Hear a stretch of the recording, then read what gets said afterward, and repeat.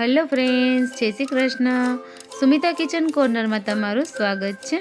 આજે આપણે બનાવીશું સૌરાષ્ટ્રનો ફેમસ લીલો ઓળો. તો જે રીતે રેગ્યુલર લાલ ઓળાની મજા છે તેવો સ્વાદમાં ધ બેસ્ટ આ લીલા ઓળાની પણ મજા છે. તો ચાલો બનાવીએ આ શિયાળામાં ખાવાની મજા પડે તેવો લીલો ઓળો. જો રેસીપી સારી લાગે તો વિડીયોને લાઇક કરજો, શેર કરજો અને ચેનલને સબસ્ક્રાઈબ કરજો. તો લીલો ઓળો બનાવવા માટે આપણે વજનમાં 450 ગ્રામ રીંગણ લીધા છે.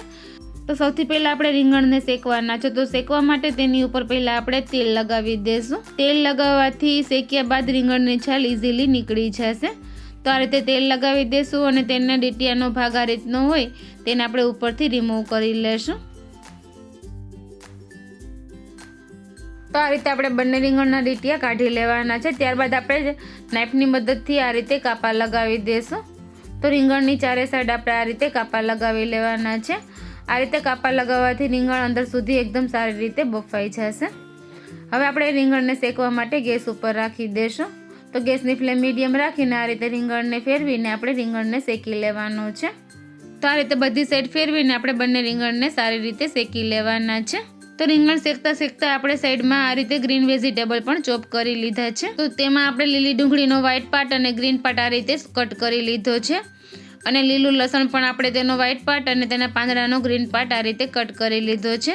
અને આ ઓળામાં તીખાશ આપણે લીલા મરચાંની જ લેવાની છે. તો આપણે મીડિયમ તીખા લીલા મરચાંને આ રીતે કટ કરી લીધા છે. 1 ઇંચ આદુનો ટુકડો અને 2 મીડિયમ સાઇઝના ટમેટાને પણ આ રીતે ચોપ કરી લીધા છે.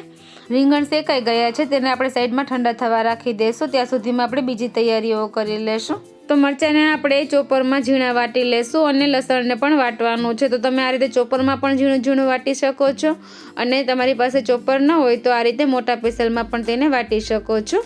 તો અત્યારે આપણે ચોપરનો ઉપયોગ કર્યો છે. તેમાં પણ એકદમ સરસ ઝીણું પીસાઈ જશે. અને સાથે સાથે આપણે આદુને પણ ક્રશ કરી લેશું. તો આ રીતે આપણે મિક્સર જારમાં મરચાં અને આદુને સારી રીતે ક્રશ કરી લીધા છે. તમે આ પ્રોસેસ મોટા પેસલમાં વાટીને પણ કરી શકો છો. તો તેને આપણે એક બાઉલમાં કાઢી લેશું અને સાથે સાથે લીલા લસણને પણ આપણે ક્રશ કરી લેવાનું છે. તો તેને પણ આપણે ચોપરમાં લઈ લેશું. અને સાથે સાથે આપણે થોડા લીલા ધાણાને પણ ક્રશ કરવાના છે. લીલા ધાણા એડ કરવાથી તેનો ટેસ્ટ શાકમાં ખૂબ જ સરસ આવે છે.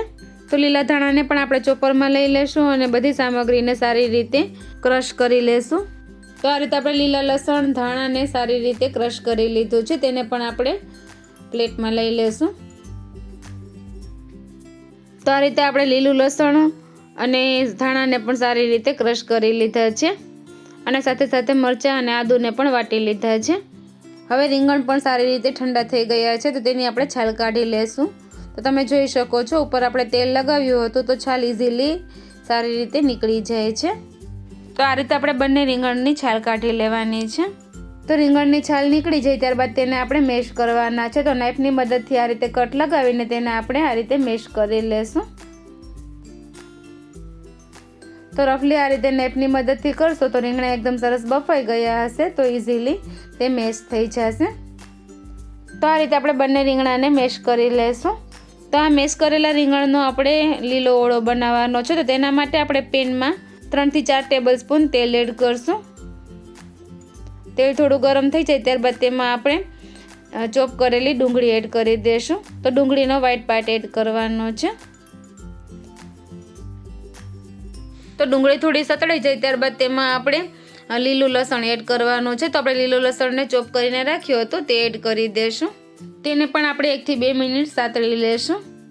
તો લસણ એકદમ સારી રીતે સતળાઈ જાય ત્યારબાદ તેમાં આપણે ડુંગળીના પાન એડ કરી દઈશું. તો આપણે લીલા પાનને આ રીતે કટ કરીને રાખ્યા હતા તે એડ કરી દેવાના છે. તેને પણ આપણે સારી રીતે મિક્સ કરી દઈશું અને 1 થી 2 મિનિટ થવા દઈશું. 1 થી 2 મિનિટ ડુંગળીના પાન સારી રીતે કૂક થઈ જાય ત્યારબાદ તેમાં આપણે ક્રશ કરેલા મરચાં અને આદુ એડ કરી દઈશું. તો મરચાં થોડા આપણે મીડિયમ તીખા લીધા છે. આ ઓળામાં આપણે તીખાશ લીલા મરચાંની જ લેવાની છે. તેમાં આપણે લાલ મરચું જરા પણ એડ નથી કરવાનું. તો વાટેલા મરચાં અને આદુને પણ આપણે 1 થી 2 મિનિટ થવા દેશું. તો 1 થી 2 મિનિટ કૂક થઈ જાય ત્યારબાદ આપણે ઝીણા સમારેલા ટમેટા એડ કરી દઈશું. અને સાથે સાથે આપણે સ્વાદ પ્રમાણે મીઠું એડ કરશું. મીઠું એડ કરવાથી ટમેટા એકદમ ઝડપથી સોફ્ટ થઈ જશે. તો મીઠું એડ કરીને તેને આપણે 1 થી 2 મિનિટ થવા દેશું. તો 1 થી 2 મિનિટમાં ટમેટા સરસ સોફ્ટ થઈ ગયા છે. તો તેમાં આપણે 1/4 ટીસ્પૂન હળદર પાવડર એડ કરશું. તો હળદર આપણે નામ માત્રની જ એડ કરવાની છે, આપણે વધારે હળદરનો ઉપયોગ નથી કરવાનો. 1 થી 1.5 ચમચી ધાણા જીરું પાવડર એડ કરશું અને તેને પણ આપણે સારી રીતે મિક્સ કરી લેશું. ટમેટા સરસ સોફ્ટ થઈ ગયા છે. હવે તેમાં આપણે મેશ કરેલા રીંગણ એડ કરી દેશું. તેને પણ સારી રીતે મિક્સ કરીને 1 થી 2 મિનિટ થવા દેવાનું છે. તો આપણે 2 મિનિટે રીંગણના ઓળાને મસાલામાં એકદમ સારી રીતે કૂક કરી લીધો છે. તો હવે આપણો લીલો ઓળો બનીને તૈયાર છે. છેલ્લે આપણે 1/4 ટીસ્પૂન ગરમ મસાલો એડ કરશું. ગરમ મસાલો એડ કરવાથી આ ઓળાનો સ્વાદ 10 ગણો વધી જશે. સારી રીતે મિક્સ કરી દેશું અને છેલ્લે લીલા ધાણા એડ કરશું. તો એકદમ સિમ્પલ મસાલા પણ સ્વાદમાં લાજવાબ એવો આપણે સૌરાષ્ટ્રનો ફેમસ લીલો ઓળો બનીને તૈયાર છે. અને સાથે સાથે મેં મારી ચેનલ ઉપર તમને લાલ ઓળો અને ધુંગારેલા ઓળાની રેસીપી પણ આપેલી છે. તેની લિંક હું ડિસ્ક્રિપ્શન બોક્સમાં રાખી દઈશ, તમે તે ચેક કરી શકો છો. આ ઓળાને તમે રોટલા સાથે એન્જોય કરી શકો છો. તો ઓળાને આપણે ગરમા ગરમ સર્વ કરશું. તો ફ્રેન્ડ્સ, તમને આ સૌરાષ્ટ્રનો પ્રખ્યાત લીલા ઓળાની રેસીપી પસંદ આવી હોય તો એકવાર ચોક્કસથી ટ્રાય કરજો અને તમારા અનુભવ મને કોમેન્ટ બોક્સમાં જરૂરથી શેર કરજો. અને હજુ સુધી ચેનલને સબસ્ક્રાઈબ ના કરી હોય તો ચેનલને સબસ્ક્રાઈબ પણ કરી દેજો અને બાજુમાં બેલ આઇકનને પ્રેસ કરજો, જેથી મારા આવતા વિડીયોની નોટિફિકેશન તમને સૌથી પહેલાં મળે. બાય બાય ફ્રેન્ડ્સ, ફરી મળીશું એક નવી રેસીપી સાથે. Thank you for watching.